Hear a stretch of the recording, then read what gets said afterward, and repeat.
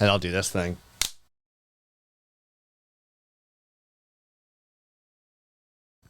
Good afternoon, everyone. My name is Lawrence Larry Watson from Save Ourselves Productions. And my motto is, in the company, is if we don't save ourselves, no one else will. I thought I'd come to you today, this afternoon, because it's the day before elections. I'm joined with my good friend, and I'll have him to introduce himself. I'm Matthew Anthony Arnoso. Pleasure to meet you. And it's a pleasure to have reunited with him. Anthony went to Berklee College of Music, and this has been a very trying year for me. And just out of the blue, I was saying, oh, God, I hope somebody comes along that can help me with some of this stuff. And out of the blue, he popped up, and it's been a joy. And I really appreciate the work he's had to help me do so I get this podcast off the ground in the future. And this is a very important day for me. I just had a birthday.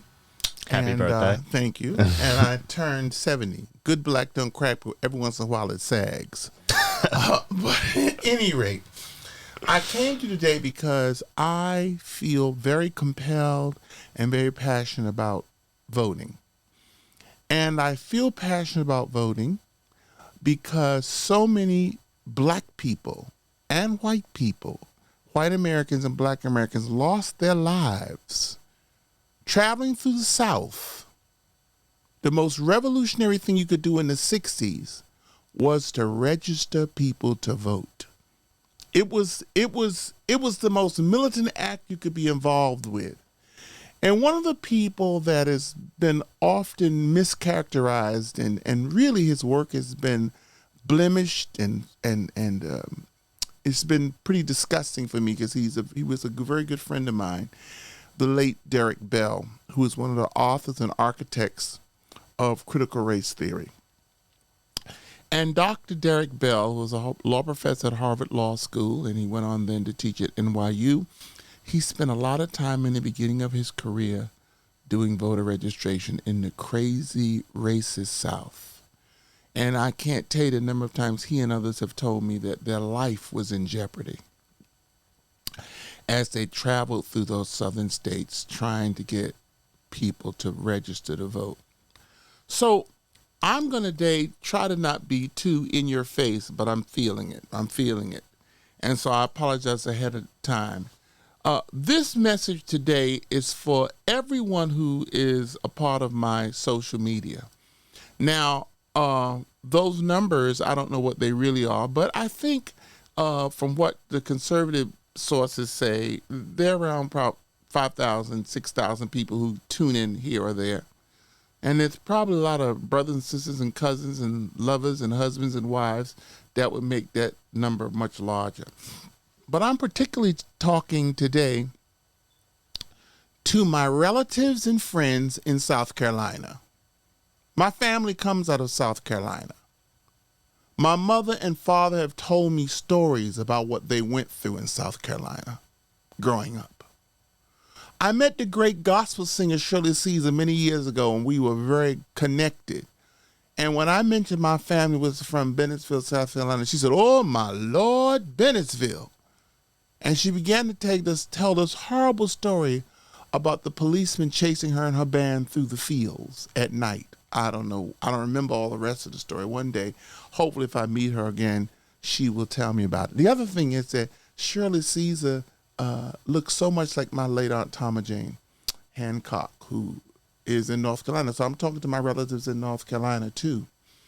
I'm talking to my relatives and friends in North Carolina, South Carolina, Pennsylvania, Florida, Texas. Those are some of the places I've spent time, and I'm talking to you. I'm talking to you affectionately and lovingly. And if you really love me, you'll forgive me if I step over the line at times as I go through this presentation. Oh, boy. Well, I want to start by reading some statistics to you. If you are a person of color in this country, and particularly an African American, then you should vote. You must vote, because at least 2,000 people were killed by police officers across the United States in 2021. Now, I have many friends and relatives who are policemen. I'm not talking about them. I'm talking about the cavalier and the abrupt way in which young men of color and women have been slaughtered and killed, while when the young man who went into the church in Charleston, South Carolina, and shot and killed all those people, when he left the church with the police, he was hungry and they stopped him at Burger King or McDonald's to eat before they took his ass to jail. So I want, with all of those names, and it would be too long to mention them here, I just want to read this piece to you, taken all from governmental reports. Police killed total of 1,051 people this year, according to Mapping Police Violence, MPV, a nonprofit organization that tracks fatal encounters with police. Now, mind you, this is me talking. Matthew's acting like my producer and my sidekick, but this is all me. So because don't give him drama because he's associating with me. He's doing a great job, and I thank him for it. I take the drama in stride. Black people continue to be disproportionately impacted by police violence. The data shows that black people account for 27% of those killed by the police in 2021, of those whose race is known, despite making only 13% of the U.S. population. Now, I want to give you all a quick little history lesson so you understand where I'm coming from as a historian and as a political activist, and as a singer, too. Maybe I'll do a little bit of that song by Roberta Flack to put this in perspective. Business goes on as usual. The corn and the profits are high, and TV booms in every living room. They tell us what deodorant to buy. Business goes on as usual, except that my brother, my father, is dead. They were 25 at one point and very much alive, but somebody's father's dreams have all been blasted from his head. It used to be in a far-off land, now it's right here at home, with a gun in someone's hand. They died in a war they did not understand. But business goes on as usual. There's plenty to choose from the rack. And rumor goes that the latest thing in clothes will be black. Business goes on as usual. As usual.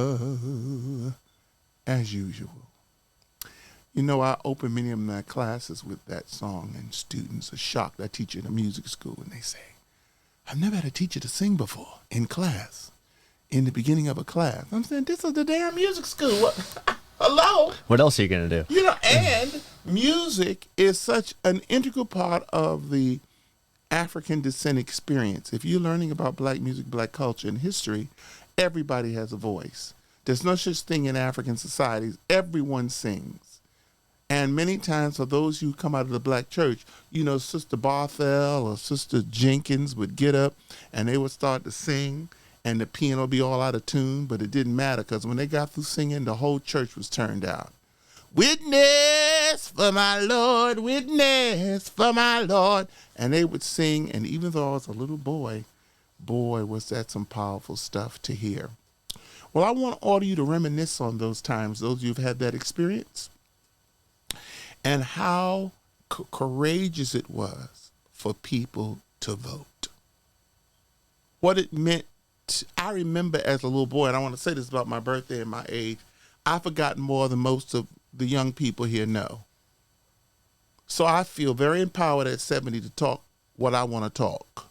Okay? When you get a certain age, you don't have to make any more apologies or qualifications. You just say what you need to say. I always say it responsibly, but you say what you want to say, because as one of my friends said to me the other week, he said, well, see, that's the problem, Larry, with your generation. You're always trying to shame people. And I said, shame people? I said, that's a very white-centered, Eurocentric concept, shaming people. All I knew growing up was my parents and relatives would say, tell the truth and shame the devil. Damn right. So today I'm going to try to tell that truth, which is the truth for many people tonight who are mourning and who are sad because they've lost relatives in ways that they never expected they would. I remember several years ago, I was coming home from an event. I had just sung for Mayor Menino. I was one of the first singers, maybe the first to sing in the State House. And they was swearing someone in, and I sang. And then on my way home, one of my students from France had never heard me sing. So I was going to a gig in Rhode Island, in Newport. So I had him to tag along. And on the way back home, I dropped him off at his home. And one voice said to me, "Don't you drive your ass through Brookline." And the other voice said, "This is America. Drive through Brookline. What you take the shortcut?" I'm driving through Brookline. I see a policeman to my right. I waved. And the next 5 minutes, I saw these police behind me. I said, "Oh, they're not. That's not for me." Next thing, I was being pulled over, and I'm not going to waste this whole podcast telling that story. But I thank Diane Wilkerson, our former senator, who put into act a bill that said when you stop people and racially profile them or stop them, you had to now put in the computer their race, their gender, and all those things. At the end of the year, if they pushed F10 and your ads came up several times for stopping only Latino people, you might lose your job. Well, I remember testifying over that, because I'll tell that another time in the podcast. I was a professor at Berkeley College of Music and a professor at Art Institute of Boston at Lesley University, and my butt was taken to jail that night. I was handcuffed behind my back, and I was taken to jail. And I was taken to jail because the policeman said to me, "Hi, where are you going? I said, "I'm on my way home." He was trying to figure out whether I, Lawrence Watson, with that registration and that license. He said, "Have you ever traveled to New Hampshire?" I said, "Yeah, I traveled to New Hampshire several months ago." I laughed. I said, "I got a ticket," because he was talking to me. I said, and I went back up to New Hampshire and I fought the ticket, and they still didn't give me any slack, but I paid the ticket and blah, blah, blah. He said, "Well, do you have those receipts in the car?" I said, "Do I have, I can go home and get them for you." He said, he went back to the car, looked at the rearview mirror, and I saw him arguing with his partner, arguing. He came back and said, "I'm sorry, Mr. Watson, you're under arrest." And they took me out the car, and they handcuffed me behind my back, and they threw me in the back of the car, and they started driving crazy, and I was being thrown back and forth. And one of my friends told me, well, that's what they call tossing salad. And so they wouldn't call the judge that night because they said they weren't going to wake him.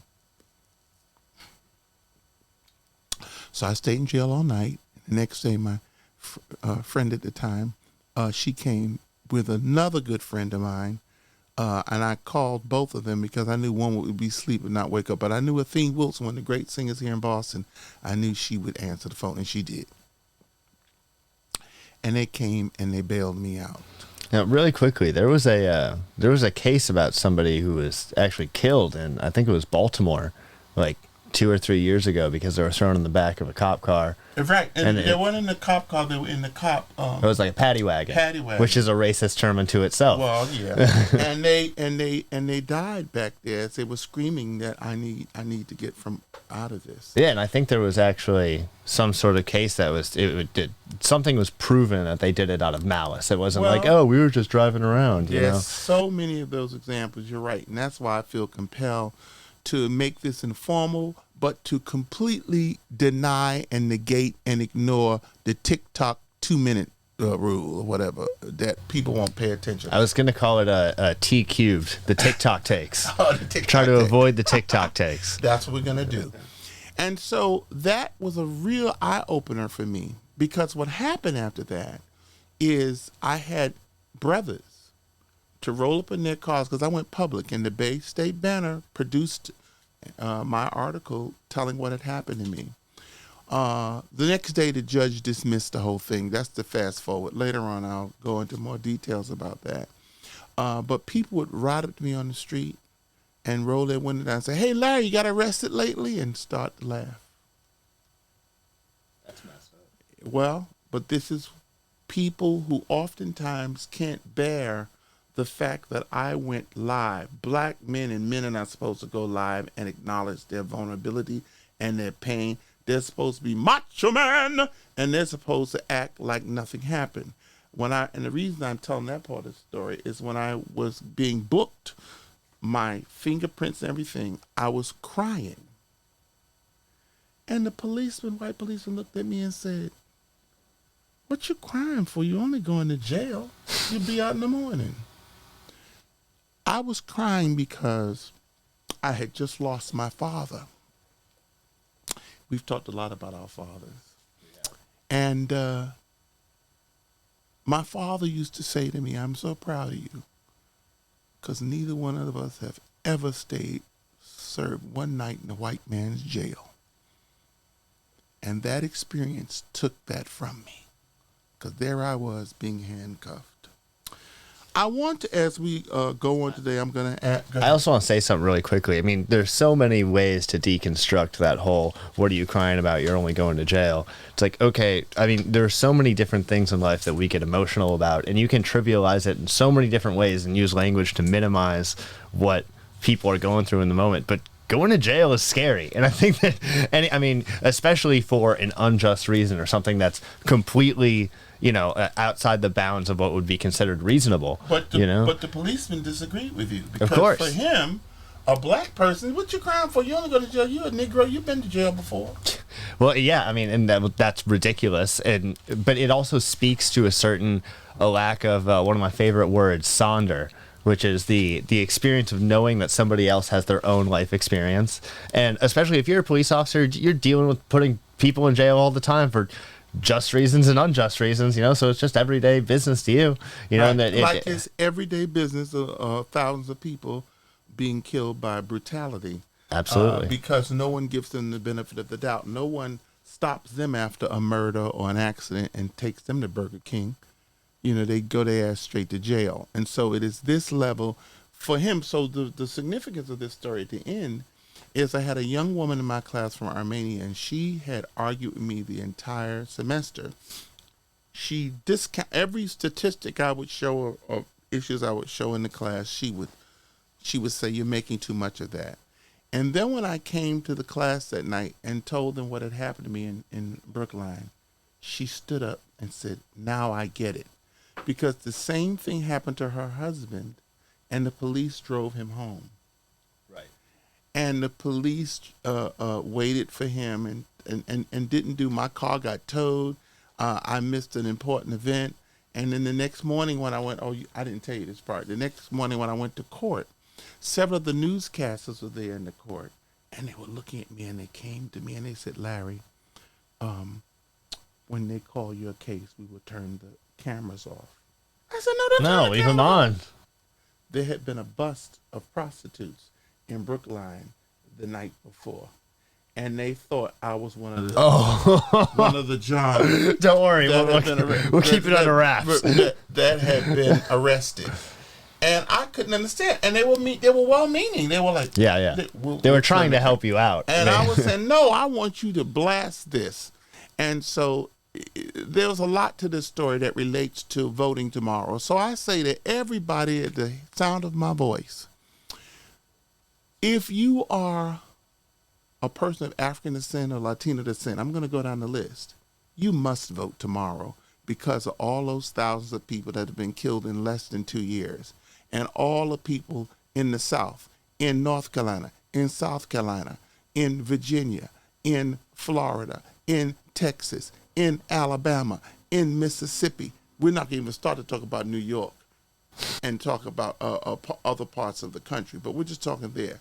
You owe it to your grandfather and your father and your uncles and your aunts who said yes-em, no-some, that went through all of that foolishness during their life. You owe it to them to go out and vote. And if you've already voted, and I'm not telling you how to vote, but don't be no fool, then you need to call up 4 or 5 people tonight that you know that didn't or are thinking about not voting. Like one of my friends said to me, "I don't believe in it. What am I going to vote for?"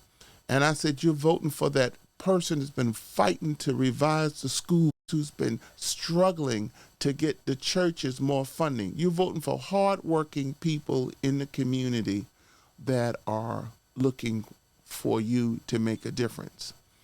And for those of you who are white, listening to me, all of my wonderful students and people who are friends and musicians, You're voting because, and we can't show it now because, but we can't show it. Can we show? I don't think we can show anything. We can show it, but we'll put a link in. I want you all tonight to go and watch a piece that was a common phrase in America during your parents' life, your grandparents' life, and your great-grandparents' life. Whites would say, what do you mean? You can't say that to me. I'm free, white, and 21. How many of you heard that before? I know some of you saying, oh, my. Yeah, it was a common phrase. When I let my students see this piece by Jezebel, and we'll put the link in, by Jezebel, which is on YouTube, you'll see Judy Garland, Betty Davis. You see Jane Fonda's father, not Peter, that was his son, Henry Fonda. You see Mickey Rooney, all saying, oh, come on, you're free, white, and 21. It was a common phrase, as common as what's up. So because you don't want to be associated with that, and you recognize the history of America, you need to make sure that you vote, and you need to make sure that if you've already voted, that you call some of your friends and you put your neck on the line and say, look, I just want you to go out and vote. But when you vote, you're voting for candidates who in no way in their public posture embrace homophobia, racism, sexism, ageism, ableism. Because as we look at the America, you know, when Malcolm X was killed, Eric Lincoln, a great sociologist, wrote a piece and said 2/3 of American blacks are patriotic to the American flag. We don't want communism. He said we don't want fascism. We don't want socialism. We just don't want to be on the bottom in America. And so African Americans have been the most patriotic, the most forgiving. Cornel West, when he spoke at the inaugural, when the former president of Berkeley, Roger Brown, was being sworn in, Cornel West said, you know, considering what black people in America have been through, we should all be terrorists. He said, but we're not. We remain dedicated and forgiving and full American citizens. We may be socially conservative and sometimes off the map, but in terms of politically, no, let me get that right. I said that incorrectly. But yeah, I did say it right. But politically, we've been very radical in terms of who we vote for. And we've not let people fool us with foolishness. I want to say something going back to you know, fighting for what we want in this country and everything. We've spoken about this a few times over the past week or so about what patriotism actually means and how a lot of times nowadays patriotism is kind of a dirty word because, you know, standing up for the United States, I think, is kind of it's a sad place. You know, there are a lot of things that need to be improved in this country, and I think criticizing it has become the sort of the hip and fashionable thing to do when the actual difficult process, in my opinion, I think your opinion, is standing up for something that needs to be improved and expressing your love and desire for the place that we live and come from to be a better place. And that requires, you know, you don't throw out the baby with the bathwater. That's exactly right. Taking incremental steps to make the world a better place. Yeah, I told you the story, and I'll repeat it here because I'm glad you made that point. I heard Ken Burns on TV, the great documentarian, and he was saying in every film he does about America, he must deal with race. And he says his friends were getting very frustrated and saying, why are you always talking about race? And they said, well, now that we've just elected President Obama, a black man, maybe now you'll stop talking so much about race and realize that we're post-racial. And Ken Burns said he looked at him and said, give it 4 months. And sure enough, he was right. You all remember the I called it beer for blood at the White House when President Obama criticized the police for how they have arrested Professor Henry Louis Gates at his house in Cambridge. When he was going into his house and didn't have his key or something, and the police came up and he told them, I live here, and they didn't believe him. And they took him and put his hands behind his back and threw his ass in the vehicle also and took his ass to jail. Henry Louis Gates. So then Obama was pressured into apologizing. This is alleged, I believe, this is my opinion. And then he orchestrated and convened a beer thing at the White House with the policeman who arrested Skip Gates and with Skip Gates. And I was appalled because none of those black mothers who lost their children and the stuff I'm talking about today, none of them got invited to the White House for a beer blast. So I wrote an article about it called Beer for Blood. And some people say, oh, you're a very hyper writer. They call me a hyper writer. Anyway, so I want you all to, if you are a person that is labeled white, that is a social construction. But if you choose to embrace that label, I want you to watch, and I want everybody to watch that piece on Jezebel called Free White in 21. It's a very compelling piece. I show it to my students every semester, and they're just agog. They just don't even know how to act. Now, after you watch that, if you are an American, let's say you don't want to go by those labels, you are an American, then I want you to read the words to the third verse of the National Anthem written by Francis Scott Key.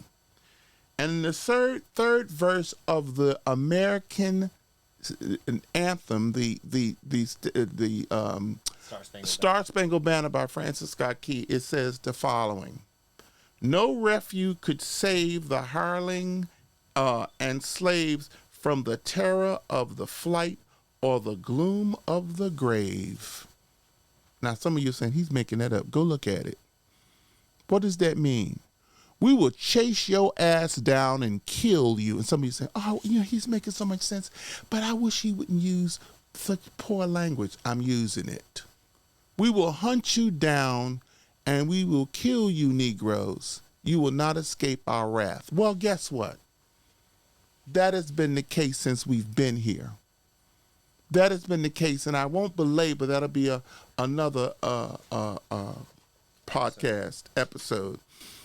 But I want you to put down on paper all the black singers, sports persons, any of those that you've admired that have been in this country for the last 100 years. And you will find that all of them have succumbed to or been experienced, been exposed to people they love, the B.B. Kings, the Duke Ellingtons, the Billie Holidays. All of them were harassed because of their blackness or told by their mothers when they were little boys, 4 and 5 years old. Ray Charles alleged. Now, when you go traveling to the north or you be going down south on train, you watch those white boys, you watch what's going on.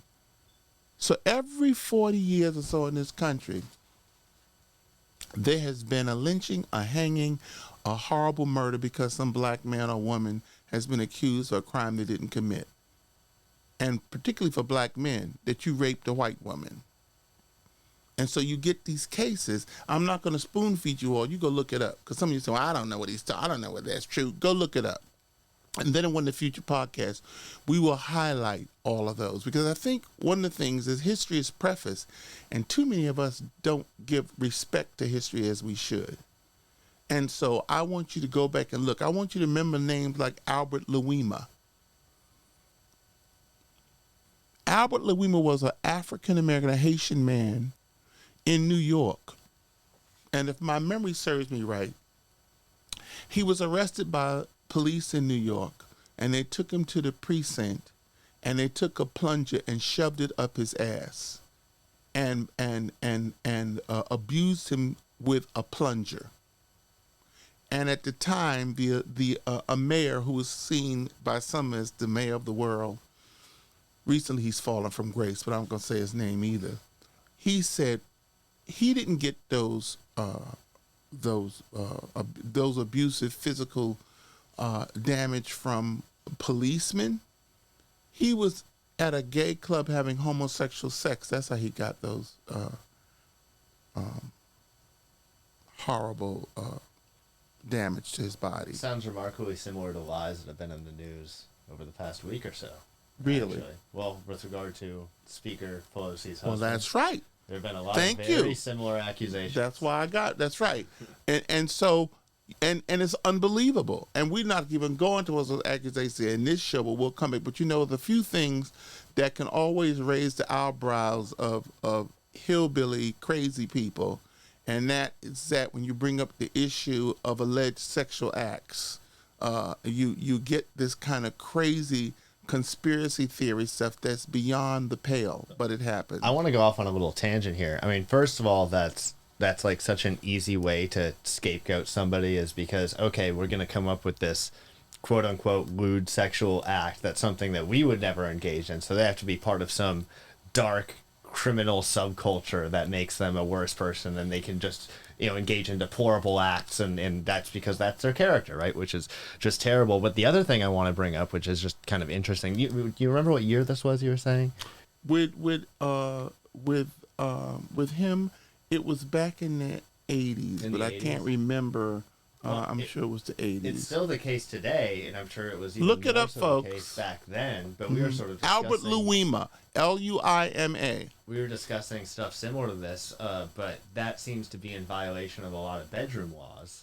Well, yeah, go ahead. Sodomy and different, homosexual acts, things that, I think in a lot of laws, sodomizing somebody, like, in that context would be considered a lewd and criminal homosexual act in multiple different ways, which is ridiculous that the police were doing it. It's just such a double, triple, quadruple standard. Well, that's the story of our lives. And we were speaking about that also with regard to the bestiality charge. That's right. And how, and again, these certain bedroom laws that are supposedly born out of some moralistically positive, like morally pure space. Oh, we're going to keep all of our people in the bedrooms pure, which first of all, I think is a silly argument in legislating morality. That's one thing. But then beyond that, it's obviously just used to express certain beliefs and prejudices and dirt, just it's used to express double standards. Right. It's unfairly applied all the time. And that's kind of right. the point. And I'm going to say it's especially racistly applied because we had the family of the Lovings in Virginia in the 70s, who was a black woman and a white man. Many of you seen the movies. You're not, look it up. You can see it online for free. And they got married and had several children, and they were charged in Virginia with bestiality because it was seen that if a white man had sex with a black person, a black woman, that was bestiality. And so I want all of you, when I'm telling you to vote. But none of our founding fathers were right. None of them, no. He showed me a piece that I'm going to show you all in the future. Put the link in the description. Well, where they showed Thomas Jefferson and his wife, and they were taking a picture, and Thomas Jefferson, paraphrase, Thomas Jefferson said, wait, let's get all the family, all the kids. And then you see all these black kids run out and get in the picture. It's a classic old Family Guy sketch. Yeah. So there's good sarcasm, and then there's just ignorant, ridiculous sarcasm. But there's some of it that is really pretty powerful to show. So for those of you who are Americans, I want you to, Patriots, to read the third verse of the National Anthem. I also want you to know that Francis Scott Key married a Supreme Court judge's daughter, and that Supreme Court judge was Judge Taney. All this stuff is connected. And Judge Taney happens to be the Supreme Court judge who wrote the major decision on the Dred Scott decision. If y'all don't know what Dred Scott's about, that's your fault. And you need to now go and look it up. I'm not going to be the person here being the mammy and continually to spoon feed you through stuff. But Dred Scott was a very powerful decision when a slave named Dred Scott traveled from a slave state to a free state. And he said, oh, well, I'm free now. And the whole thing ended up, I'm going to paraphrase y'all, going to the Supreme Court. And Judge Taney, whose daughter married Francis Scott Key, make the connections, you all, I don't have to. His decision said the following, which is with us until today. No Negro has any rights a white man is bound to respect. I want all of my friends and families in Texas and Virginia and South Carolina and North Carolina and all of Florida and Texas. I want you to remember that the Supreme Court of the United States sanction that. No Negro has any rights that a white man is bound to respect. Think about that the next time somebody follows you in a drugstore. Think about that the next time you get a call, God forbid, in the middle of the night that you got to come down and bail out your significant other because they got arrested because they were driving too slow on the highway. Not speeding, driving too slow. And so anyway, there's another connection. So if you're looking at your Constitution, there it is. If you're looking at the National Anthem, there it is. Let me give you one more before I close out. Amazing grace. How many of y'all sing that all the time? How sweet the sound that saved a wretch like me. Hey! Well, those lyrics were written by a person who, I'm not going to even deal with the name now, who ran a slave ship. And one day, looking at the butchery and what he had done, he fell to his knees and said, "Amazing grace has saved a wretch like me." A melody that was stolen or lifted from hearing in the bowels of those slave ships, those slaves singing and moaning with all of the feces and the starvation. So now we look at the most popular hymn in the world. Whether you are Christian or Muslim or atheist, Buddhist, everybody has heard or knows Amazing Grace, written by a slave driver who ran a slave ship. So everywhere we go in this country, we see a legacy of hate and racism, and the American experience called democracy. We were determined, and many of us still are, that we can overcome. That we can overcome. But in the words of Derek Bell, one of the authors, along with Kim Crenshaw, one of my former students who I love so well, so much, and she's doing such an incredible job in her life, Dr. Bell said, racism is like ivy on the side of a building. You cut it back, and in a few weeks it's grown back. He said, and so it's permanent. He said, but like the terminally ill patient with cancer, we always pray and hope for a miracle. And once in a while, a miracle comes through. But in the meantime, like people with a heart condition or diabetes, you have to live with it and find ways to circumvent it and go around it. And that's what people who have been voting and fighting for voters' rights and fighting to make the John that passed away. I'm blocked. I know I'm going to have a block now. Fought so long and died fighting for those rights. So I want you to please do me this favor, and to call up 3 or 4 or 5 people tonight and tell them to vote. This is a very important election, I believe, because I've traveled a lot internationally, and we are the laughing stock of the world. And some people are laughing. We say, how the hell could you be laughing with the atrocities in your country? They say, yeah, but we didn't get caught like you, because you were the one standing there primping and saying that for you it was different. Well, it's not different now. And so I'm going to end there. I want to say something on the subject of voting, which is, I think it's, people, all the publicity in the media, and everybody likes to talk about national elections. That's where all the glamour, that's where all of the, all of the nastiness and all of the passion comes from. But what so many people don't know and understand is that local elections, whether it be city, state, county, district, school district, like whatever it may be, are some of the most influential elections in people's everyday lives. We all want to look at, the president. Oh yeah, Biden's making gas prices go up, which is ridiculous to say, but nonetheless, there's a lot of people who like to take all of the blame for things that they're enjoying or not enjoying and put it on these national, federal individuals, when really a lot of what's happening in your backyard is it comes down to county, district, city elections and those officials. And they're not on TV, but they're changing your everyday life. And they need your help. They do. And so don't be duped and fooled and bamboozled by Tangerine Man, Agent Orange, and his gang. Get out and do the right thing and have your own independent mind. Do what you need to do, but be able to live with what you've done. And so I say, as I leave today, I want you to please watch a video by one of our, probably the greatest singer alive today. His name is B. Slade. And I want you to watch a video called Change. It's on YouTube. Please, everybody watch it. And all of you who are musicians, if you can't riff and sing like B. Slade, sit your butt down. Okay? Just sit down. Just forget it.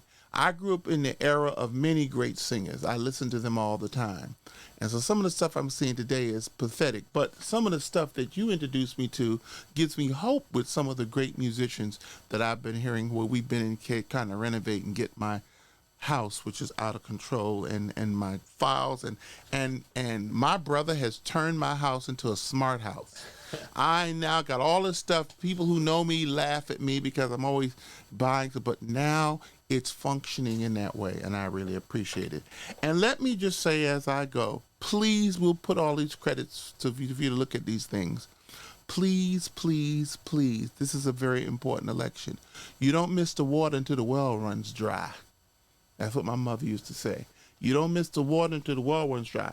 And my mother also a great philosophy. Please pray for her right now. She's in a nursing home, and I'm struggling with that. But she also would say, when people say, I wish, well, you know, everything gonna be all right. She would say, I'm not gonna censor it. I'm just gonna say it. She said, boy, whoosh in one hand and shit in the other one and see which one gets filled up the fastest. Okay, so I'm out of here. Tell the truth and shame the devil. Good night, everybody. See you soon. God bless. Thank you very much for helping me today. And I'm going to have different guests in different weeks coming on. I want to do an interracially and intergenerationally to have people from different walks of life and different generations. We need to talk more. We need to share. We can both learn from one another. And so I'm going to have different people coming on as we discuss the undiscussable. Bye-bye. Bye.